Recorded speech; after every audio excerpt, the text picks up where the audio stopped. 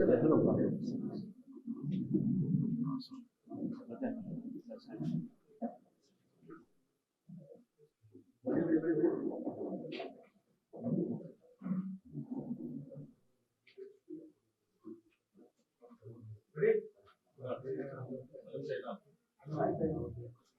ಇವತ್ತು budget meeting ಇದೆ sir. ನಿರ್ಮಾಣ ಇಲಾಖೆ ಹೊಸದಾಗಿ ನಾವು ಪ್ರಸ್ತಾವನೆ ಸಲ್ಲಿಸ್ತಾ ಇದ್ದೀರಾ? ಒಂದು ಹಳೆಯ ರಸ್ತೆಗಳನ್ನು ಸುಧಾರಣೆ ಆಗಿಲ್ಲ ಅನ್ನೋದು ಗಂಭೀರ ಆರೋಪಗಳಿದೆ. ಇಲ್ಲ ಆರೋಪತಿ ಸಾಧ್ಯತೆ ನಾವೆಲ್ಲ ಟ್ಯಾಕಲ್ ಮಾಡ್ಲಿಕ್ಕೆ ಪ್ರಯತ್ನ ಮಾಡಿದ್ರಿ. ಲಾಸ್ಟ್ ಡಿಸೆಂಬರ್ ಒಳಗೆ ಗುಂಡಿ ಮುಚ್ಚುವಂತ ರಿಪೇರ್ ಮಾಡುವಂತ ಕೆಲಸ ಮಾಡಿದ್ದೀವಿ. ನಮ್ಮ ಲೆಕ್ಕ 90%, ಮೋರ್ ದನ್ 90% ಸರಿ ಇದೆ. ಒಂದು 10% ಏನಾದ್ರು ಇದ್ರು ಉಳಿದಿರ್ಬೋದು. ಎರಡನೇದಾಗಿ ಹೊಸ ಬಜೆಟ್ ಇವತ್ತು CM ಹತ್ರ ಸಭೆ ಇದೆ. ಹೊಸ ಅಂದ್ರೆ ಎಕ್ಸ್ಟ್ರಾ ದುಡ್ಡು ಕೇಳ್ತಾ ಇದೀವಿ. ಯಾಕಂದ್ರೆ ನಮ್ದು ಲೆಂತ್ ಬಹಳ ದೊಡ್ಡದಾಗಿರೋ 1,00,000 ಕಿಲೋಮೀಟರ್ ಇದೆ.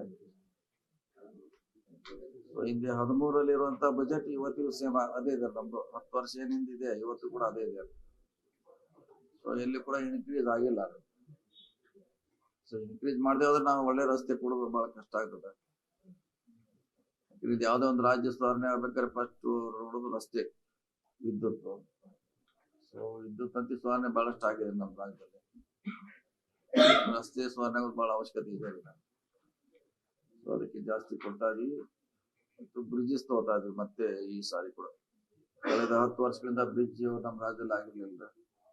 ಕಳೆದ ಸಾರಿ CM ಅವರು ಬ್ರಿಡ್ಜ್ ನಮ್ಗೆ ದುಡ್ಡು ಕೊಟ್ಟಿದ್ರು. ಇದು ಸಲ ದುಡ್ಡನ್ನ ಬ್ರಿಡ್ಜ್ ಕಂಟಿನ್ಯೂ ಮಾಡ್ತಾ ರಿಕ್ವೆಸ್ಟ್ ಮಾಡ್ತಾ ಇದೀವಿ. ನಮ್ಮ ಇಲಾಖೆ ಬಹಳ ಪ್ರಾಮುಖ್ಯವಾಗಿ ಒಂದು ಕಾಲು ಸಂಘ ಫುಟ್ ಬ್ರಿಡ್ಜ್ ಮಲೆನಾಡು ಭಾಗದಲ್ಲಿ 12 ಜಿಲ್ಲೆಗೆ ನಾವು ಬಂದು 2 ವರ್ಷದಲ್ಲಿ ಸುಮಾರು 200ಕ್ಕೂ ಹೆಚ್ಚು ಫುಟ್ ಬ್ರಿಡ್ಜ್ ಮಾಡಿದ್ವಿ. ಈ ಸಾರಿ ಕೂಡ 200 ತಗೊಳ್ಳುವಂತ ಯೋಜನೆ ಈ ವರ್ಷ. ಅದನ್ನ ಬಹಳ ನಮ್ಮ ಡಿಪಾರ್ಟ್ಮೆಂಟ್ ಒಂದು ಹಂಗಾಗಿ ಸುಮಾರು 1,000 ಮೇಲೆ ಇದೆ ಅದು ಡಿಮಾಂಡ್. ಈಗ ಮಾಡೋದು ನಾವು ಸುಮಾರು ಹೆಚ್ಚು ಕಮ್ಮಿ 300ವರೆಗೆ ಮುಗಿಸಿರ್ಬೋದು ಈ 2 ವರ್ಷದಲ್ಲಿ 300. ಇನ್ನು 2 ವರ್ಷದಲ್ಲಿ ನಾವು ಕೂಡ ಅಷ್ಟೇ ಸಂಖ್ಯೆಯಲ್ಲಿ ಮಾಡ್ಲಿಕ್ಕೆ ಒಂದು ಯೋಜನೆ. ಯಾಕಂದ್ರೆ ಒಂದು 500ರಿಂದ 600 ನಮ್ಮ ಈ 5 ವರ್ಷಗಳಲ್ಲಿ ಮುಗಿಸ್ಬೇಕಂತ. ಬಹಳ ಸ್ಮಾಲ್ ಅಮೌಂಟ್ ಅದು, ಆದ್ರೆ ಬಹಳ ಉಪಯುಕ್ತ. 15-20 ಲಕ್ಷ 25 ಲಕ್ಷ ಅಷ್ಟೇ ಅದ್ರದ್ದು ಅಷ್ಟೇ ಫಾಸ್ಟ್. ಹಾಗೆ 2-3 ಕಿಲೋಮೀಟರ್ ಸುತ್ತ ಹಾಕೋದು ಮತ್ತು 4 ತಿಂಗಳ ಶಾಲೆಗೆ ಹೋಗದೇ ಇರುವಂತ ವಿಚಾರಗಳು ಒಂದ್ ಹಳ್ಳಿಗೆ ಹೋಗ್ಲಿಕ್ಕೆ ಆಗೋಲ್ಲ. ಸ್ಮಾಲ್ ಇರೋದ್ರಿಂದ ಬಹಳಷ್ಟು ಉಪಯೋಗ. ಒಂದು ನಾವು ಟಾಪ್ ಪ್ರಯಾರಿಟಿ ಮ್ಯಾಗೆ ಕಾಲು ಸಂಘ ತೆಗೆದುಕೊಳ್ತಾ ಇದೀವಿ. ಸರಿ, ಇರ್ತಕ್ಕಂತ ಅನುದಾನ ಹಳೆ ಪೇಮೆಂಟ್ ಕೊಡೋಕೆ ಸರಿ ಹೋಗ್ತಾ ಇದೆ. ಇಲ್ಲ ನೋಡಿ, ಇವತ್ತು ಮಾಡಿದ್ರೆ 2 ವರ್ಷ ಬೇಕಾಗ್ತೈತೆ ಅದು ಪೇಮೆಂಟ್ ಮಾಡ್ಲಿಕ್ಕೆ. ಅದು ಇವತ್ತು ಮಾಡಿದ್ರೆ ಇವತ್ತಾಗಲ್ಲ, ಅದು ಡಿಲೇ ಆಗ್ತಾನೆ ಇರ್ತೈತೆ. ಹಾಗಾಗಿ ಇವತ್ತನ್ನ ನಾವು ಈಗ ಬರುವಂತ ದುಡ್ಡನ್ನ ಹಳದಕ್ಕೆ ಕೊಡ್ತೀವಿ ನಾವು ಹೆಚ್ಚು. ಅವ್ರಿಗೂ ಕೊಡ್ತೀವಿ, ಇವ್ರಿಗೂ ಕೊಡ್ತೀವಿ. ಅಂದ್ರೆ ಸರಿಯಾಗಿ ಹಂಚಿಕೆ ಮಾಡಿ ಕೊಡ್ತೀವಿ, ಅಂದ್ರೆ ಒಂದೇ ಕಡೆ ಕೊಡೋಲ್ಲ. ಯೂಶುವಲಿ ಯಾಕಂದ್ರೆ ಇವತ್ತು ನಾವು ಕೆಲಸ ಶುರು ಆದ್ರೆ 1 ವರ್ಷ ನಂತರ ಬಿಲ್ ಬರೋದು. ಈ ಒಂದು ದುಡ್ಡನ್ನ ಹಿಂದಿನ ಅವ್ರಿಗೆ ಕೊಡ್ತೀವಿ ನಾವು. ಆ ತರ ಸಿಸ್ಟಮ್ ಮುಂಚಿನ ಹಂಗೆ ಇದೆ, ಈಗೂ ಕೂಡ ಹಾಗೆ ಇದೆ. ಇಲ್ಲ, ಇನ್ನೂ ಲೇಟ್ ಆಗ್ತದೆ. ಸುಮಾರು ಇನ್ನೂ 2 years ವರೆಗೆ ಹಾಗೆ ಇನ್ನೂ 2 ವರ್ಷ ಬೇಕಾದ್ರೆ ಮಾಡ್ಲಿಕ್ಕೆ. ಕಳೆದ ಬಾರಿ ಸರಿ ಬಜೆಟ್ಗೆ ನೀವು ಕೇಳಿದಷ್ಟು ಅನುದಾನ ಕೊಡ್ತಿರ್ಲಿಲ್ಲ. ಬಜೆಟ್ ಆದ್ಮೇಲೆ ಸರಿ ಹೋಗ್ಬೋದು ಹಣಕಾಸಿನ ಪರಿಸ್ಥಿತಿ, ನೆಕ್ಸ್ಟ್ ಬಜೆಟ್ಗೆ ನೋಡೋಣ ಅಂತ ಮುಖ್ಯಮಂತ್ರಿಗಳು ಕೂಡ ಹೇಳ್ತಾರೆ. ಈಗಲೂ ಸರ್ಕಾರದ ಹಣಕಾಸು ಪರಿಸ್ಥಿತಿ ಹಂಗೆ ಇದೆ ಸರ್. ಇಂಪ್ರೂವ್ ಆಗ್ತದೆ. ಅನುದಾನ ಕೊಡ್ಲಿಕ್ಕೆ ಆಗ್ತಾ ಇದೆ. ವರ್ಷ 10% ಅಂತ ಗ್ರೋತ್ ಆಗಿ ಆಗ್ತದೆ. 10% ಗ್ರೋತ್ ಆಗ್ತದೆ. ಹಣ ಜಾಸ್ತಿ ಬಂದೇ ಬರ್ತದೆ. ಲಾಸ್ಟ್ ಟೈಮ್ ನಮಗೂ ಹೇಳಿದ್ರಲ್ಲ 2,000 ಕೋಟಿ ಬ್ರಿಡ್ಜಸ್ಗೆ ಎಕ್ಸ್ಟ್ರಾ ಕೊಟ್ಟಿದ್ರು. 10 ವರ್ಷದಲ್ಲಿ ಯಾರು ಕೊಟ್ಟಿರಲಿಲ್ಲ, ಯಾವ ಸರ್ಕಾರ ಕೂಡ. ಹಿಂದಿನ ಸಾರಿ ಅಪೆಂಡಿಕ್ಸ್ ಇದಲ್ಲಿ ಕೂಡ 4,000 ಕೋಟಿ ಎಕ್ಸ್ಟ್ರಾ ಕೊಟ್ಟಿದ್ರು. ಅದನ್ನ ಈ ಸಲ ಕಂಟಿನ್ಯೂ ಮಾಡುತ್ತಾ ಮತ್ತೆ ರಿಕ್ವೆಸ್ಟ್ ಮಾಡ್ತಾ ಇದ್ವಿ. ಎಕ್ಸ್ಟ್ರಾ ಕೊಟ್ಟಿದ್ದಾರೆ ನಮ್ಮ ಇಲಾಖೆ, 4,000 ಕೋಟಿ ಎಕ್ಸ್ಟ್ರಾ ಕೊಟ್ಟಿದ್ದಾರೆ. ಜಾಸ್ತಿ ಮಾಡೋದಿದ್ರೆ ಜಾಸ್ತಿ ಮಾಡಿದ ಹತ್ರ ಇಲ್ಲ ಪ್ರಶ್ನೆ ಇಲ್ಲ. ಸದನ್ನಲ್ಲಿ ಕೂಡ CM ಅವರು ಹೇಳಿದ್ದಾರೆ, ನಾವು ಕೂಡ ಹೇಳಿದೀವಿ, ಅದು ರೈಟಿಂಗ್ ನಲ್ಲೇ ಇದೆ, ಹೆಚ್ಚು ಮಾಡಿ ಹೋಗಿದ್ದಾರೆ. ಡಿ.ಕೆ. ಶಿವಕುಮಾರ್ ಅವರು ಮಾತು ಸ್ಪಷ್ಟವಾಗಿ ಹೇಳಿದ್ದಾರೆ, ನಾನು ಸಿದ್ದರಾಮಯ್ಯ ಅವರು CM ಇಬ್ಬರು ಕೂಡ ಕದ್ದು ಮುಚ್ಚಿ ಮಾತಾಡಲ್ಲ, ಹೈಕಮಾಂಡ್ ಮುಂದೆ ಎಲ್ಲವೂ ಕೂಡ ಮಾತಾಡಿದ್ವಿ ಅಂತ ಮಾತನಾಡಿದ್ದಾರೆ. ಇಲ್ಲ, ಅದ್ರ ಬಗ್ಗೆ ಈಗಾಗಲೇ ಸಾಕಷ್ಟು ಚರ್ಚೆ ಆಗಿದೆ, ಸುಮಾರು ದಿವಸ ಚರ್ಚೆ ಆಗಿದೆ, ನಾವು ಕೂಡ ಅದ್ರ ಬಗ್ಗೆ ಹೇಳಿದೀವಿ. ನಾವು ಪದೇ ಪದೇ ಹೇಳಿದ್ರಾಗ ಏನೂ ಆಗ್ತಿಲ್ಲ, ಸಂಬಂಧಪಟ್ಟವ್ರು ಹೇಳಿದ್ರೆ ಅದಕ್ಕೆ ಮಹತ್ವ ಬರ್ತೈತೆ, ಸಂಬಂಧಪಟ್ಟವ್ರು ಹೇಳಿದ್ರೆ ಒಳ್ಳೇದು. ಅದಕ್ಕೆ ಬಜೆಟ್ ಪೂರ್ವಭಾವಿ ಸಭೆಯನ್ನ ಬಿಟ್ಟು ದೆಹಲಿಗೆ ಹೋಗುವಂತ ಏನು ಸಂದೇಶ ಕೊಟ್ಟಾರೆ ಗೊತ್ತಿಲ್ಲ, ಯಾಕಂದ್ರೆ ಅವ್ರಿರಲ್ಲ ಆ ಬಜೆಟ್ ನಲ್ಲಿ. ವಿಶೇಷವಾಗಿ CM ಅವ್ರು ಇರೋದು ಕಡಿಮೆ, CM ಅವರೇ ಮಾಡ್ತಾರೆ, ಫೈನಾನ್ಸ್ ಇಲಾಖೆಯವ್ರು ಮಾಡ್ತಾರೆ. ಸೊ ಬರ್ಬೋದು, ಅವರು ಕೂಡ ಜಾಯಿನ್ ಆಗ್ಬಹುದು. ಲೆಟರ್ ಬರೆದು CM ಅವರಿಗೆ ಎರಡು ಇಲಾಖೆಯ ಮೀಟಿಂಗ್ಗಳೇ ಇರಲಿಲ್ಲ. ಇಲ್ಲಿ ಕೂಡ ಅವ್ರ ಅಧಿಕಾರಿಗಳಿಗೆ ಡೈರೆಕ್ಷನ್ ಕೊಟ್ಟಿರ್ತಾರೆ, ಈ ತರ ಮಾಡಿ ಅಂತ ಮಾಡ್ತಾರೆ. ಒಂದ್ಸರಿ ಆಬ್ಸೆಂಟ್ ಆಗ್ತಾರೆ, ಆಗೋಲ್ಲ ಅಂತೇನಿಲ್ಲ. ಮಂತ್ರಿಗಳು ವಿದೇಶಕ್ಕೆ ಹೋಗಿರ್ತಾರೆ ಅಥವಾ ಬೇರೆ ಎಲ್ಲೋ ಕಾರ್ಯಕ್ರಮಕ್ಕೆ ಹೋಗಿರ್ತಾರೆ, ಅವರು ಮುಖ್ಯಮಂತ್ರಿಗಳನ್ನ ಪ್ರತಿ ಪಡೆದು ಗೈರಾಜರಾಗುವಂತ ಪದ್ಧತಿ ಇದೆ. ಜಲಸಂಪನ್ಮೂಲ ಇಲಾಖೆ ದೊಡ್ಡ ಇಲಾಖೆ, ರೈತರಿಗೆ ಅನುಕೂಲ ಆಗತಕ್ಕಂಥ ಇಲಾಖೆ, ಅವರು ಸಚಿವರು ಕುಂಟಾಗಿರೋದ್ರಿಂದ ಅನುಕೂಲ. ಅದಕ್ಕೆ ನಾ ಹೇಳಕ್ ಆಗಲ್ಲ, ಉತ್ತರ ಅವ್ರೇ ಹೇಳ್ಬೇಕೀಗ. ಅದನ್ನ ನಾ ಹೇಳಕ್ ಆಗಲ್ಲ, ಅವ್ರೇ ಹೇಳ್ಬೇಕು. ಕೂಡ ಕೂಡ CBI ಚುನಾವಣೆ ಬರ್ತಾ ಇದೆ, ಅದಕ್ಕೂ ಕೂಡ ವಿಮೋಚನೆ ಇಲ್ಲ. ಅದೇ ಅವರಿಂದ ಕೇಳ ಸರಿಯಾದ ಉತ್ತರ ಕೊಡಬಹುದು, ನಾ ಕೊಡ್ಲಿಕ್ಕೆ ಆಗಲ್ಲ, ಅವ್ರ ಇಲಾಖೆದು. ಇವೆಲ್ಲ ಕಾರ್ಯಕರ್ತರಲ್ಲಿ ಒಂದಷ್ಟು ಗೊಂದಲಗಳ ಕಾರಣ ಆಗೋದಿಲ್ಲ. ಹಾಗೆ ಆಗ್ತದೆ, ಆಗೋಲ್ಲ, ಹಾಗೆ ಆಗ್ತದೆ. ಒಂದ್ ಸರಿಪಡಿಸುವಂತ ಕೆಲಸ ಮಾಡಬೇಕು ವರಿಷ್ಠರು, ಹಿರಿಯರು. ಈ ಬಾರಿಯ ಬಜೆಟ್ ಲೋಕೋಪಯೋಗಿ ಇಲಾಖೆ ಒಂದು ನೆನಪಿಸಿಕೊಳ್ಳುವಂತಹ ಯೋಜನೆ ಏನಾದರೂ ಮಾಡ್ತಾರಲ್ಲ, ಸಿಂಧನೂರ ಹ್ಯಾಮ್ ಪ್ರಾಜೆಕ್ಟ್ ಮಾಡಿದೀವಿ, ಸಿಂಧನೂರು ರಾಯಚೂರು.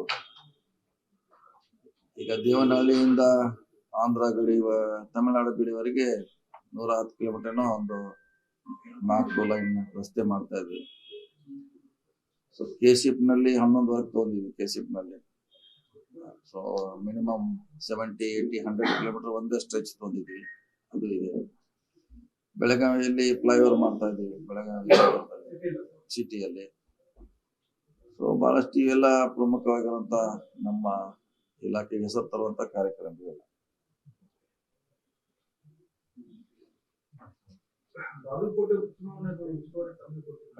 ಉಸ್ತುವಾರಿ ಇಲ್ಲ, ನಮ್ ಡ್ಯೂಟಿ ಇದೆ, ನಮ್ಗೆ ಮಾಡ್ತೀವಿ. ಹಣಗಲ್ ಕೂಡ ನಮ್ಗೆ ಯಾವ್ದು ಉಸ್ತುವಾರಿ ಕೊಟ್ಟಿರಲಿಲ್ಲ, ನಾವೇ ಮಾಡಿದ್ದೀವಿ. ಈಗ ಅದನ್ನ ನಮ್ಮ ಪಕ್ಷದ ಪರವಾಗಿ ನಾವು ಮಾಡ್ತೇವೆ. ಇನ್ನು ನಮಗೆ ಉಸ್ತುವಾರಿ ಕೊಟ್ಟರು ಆಯ್ತು ಅಥವಾ ಕೊಡದೇ ಇದ್ರು ನಾವು ಕೆಲಸ ಮಾಡ್ತೀವಿ.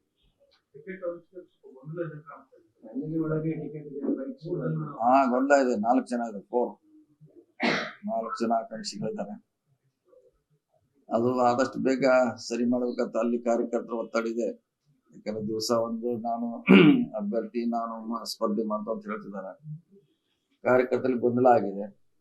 ಸೊ ಅದನ್ನು ಆದಷ್ಟು ಬೇಗ ಇತ್ಯರ್ಥ ಆಗುತ್ತೆ ಅಲ್ಲಿ ಬಾಗಲಕೋಟೆ.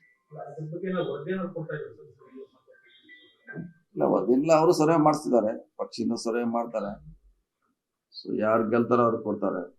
ಸೊ ಅಲ್ಲಿವರೆಗೆ ನೋಡೋಣ, ನಾನು ಕೂಡ ವಿಸಿಟ್ ಮಾಡ್ತೀನಿ ಬಾಗಲಕೋಟೆ.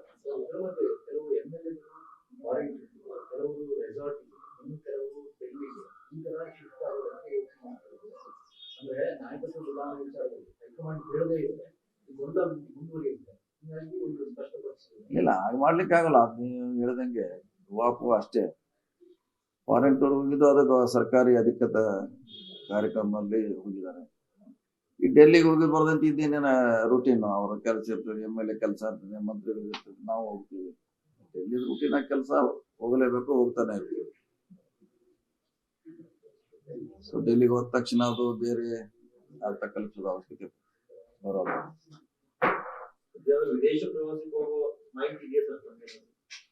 ಇದ್ರೆ ಏನ್ ಮಾಡೋಲ್ಲ, ಹೋಗಿ ಏನ್ ಮಾಡೋಲ್ಲ, ಮತ್ತಿಲ್ಲೇ ಬರ್ಬೇಕಾ? ಜೀರೋ ಟ್ರಾಫಿಕ್ ನಾಗ ಬಂದಿರ್ಲಾರ ಅವರು, ಓಡಿ ಬಂದಿರ್ಲಾರ, ಹಂಗೆ ಮತ್ತಿಲ್ಲೇ ಬರ್ಬೇಕು ನಾವು. ಎಲ್ಲಾದ್ರೂ ಹೋಗಿ ಪ್ರವಾಸಕ್ಕೆ ಹೋಗಿ ಬರ್ಬೋದು ಅಷ್ಟೇ ಹೊರತಾಗಿ ಅಲ್ಲಿ ಏನ್ ಮಾಡ್ಲಿಕ್ಕೆ ಆಗಲ್ಲ. ಲಾಸ್ಟ್ ಟೈಮ್ BJP ಅವ್ರ ಪಾಪ ಕೋಡಿಗೆ ಓಡಿ ನೀವೆಲ್ಲ ನೋಡಿರ್ಲ, ಕ್ಯಾಮ್ರಾದಾಗೆಲ್ಲ ಓಡಿ ಒಳಗಡೆ ಹೋದ್ರು. ಇಲ್ಲ, ನಮ್ಮಲ್ಲಿ ಆ ರೀತಿ ಇಲ್ಲ, ಆ ರೀತಿ ಅವಕಾಶ ಇಲ್ಲ, ಯಾರು ಮಾಡಲ್ಲ. ಬಜೆಟ್ ಬಳಿಕ ಒಂದಿಷ್ಟು ಬದಲಾವಣೆ ಕ್ಯಾಬಿನೆಟ್ ಪುನರ್ರಚನೆ ಎಲ್ಲಾರು ಗೊತ್ತಿಲ್ಲ, ನಾವು ಕೇಳ್ತೀವಿ ಅಷ್ಟೇ, ನಮಗ್ ಗೊತ್ತಿಲ್ಲ, ಅದು ಕೇಳ್ತೀವಿ. ಇವತ್ತು ಕೂಡ ಪತ್ರಿಕೆಯಲ್ಲಿ ಹೇಳಿದ್ದಾರೆ ಬಜೆಟ್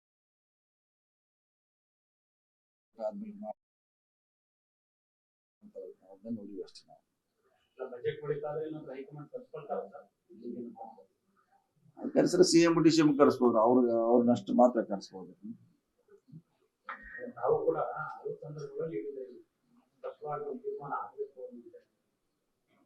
ವೇಟ್ ಮಾಡೋಣ, ಅದಕ್ಕೆ ಬಂದೇ ಬರುತ್ತೆ, ಕಾಲ ಬಂದೇ ಬರುತ್ತೆ, ವೇಟ್ ಮಾಡೋಣ. ಸಾಮಾಜಿಕ ಬಗ್ಗೆ ಮಾತಾಡ್ತಾರೆ, ಅದೇ ರೀತಿ ಆ ಮಾತಂತೆ ನಡ್ಕೊಳ್ತಾ ಇಲ್ಲ.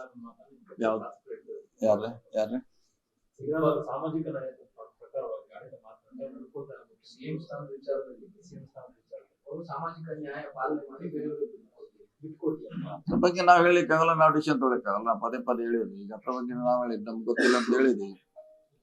ಅದು ಯಾವ್ದು ಮಾತು ಕೊಟ್ಟಿದ್ದಾರೆ, ಏನ್ ಆಡಿದಾರೆ ನಮ್ಗೆ ಗೊತ್ತಿಲ್ಲ ಅಂತ ಹೇಳಿದ್ವಿ. ಈಗೂ ಕೂಡ ಅದಕ್ಕೆ ಅಷ್ಟು ಬದ್ಧಗರ ಅಷ್ಟು ನಾವು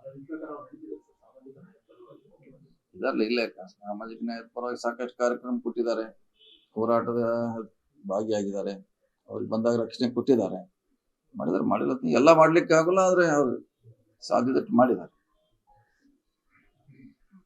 ಓಕೆ.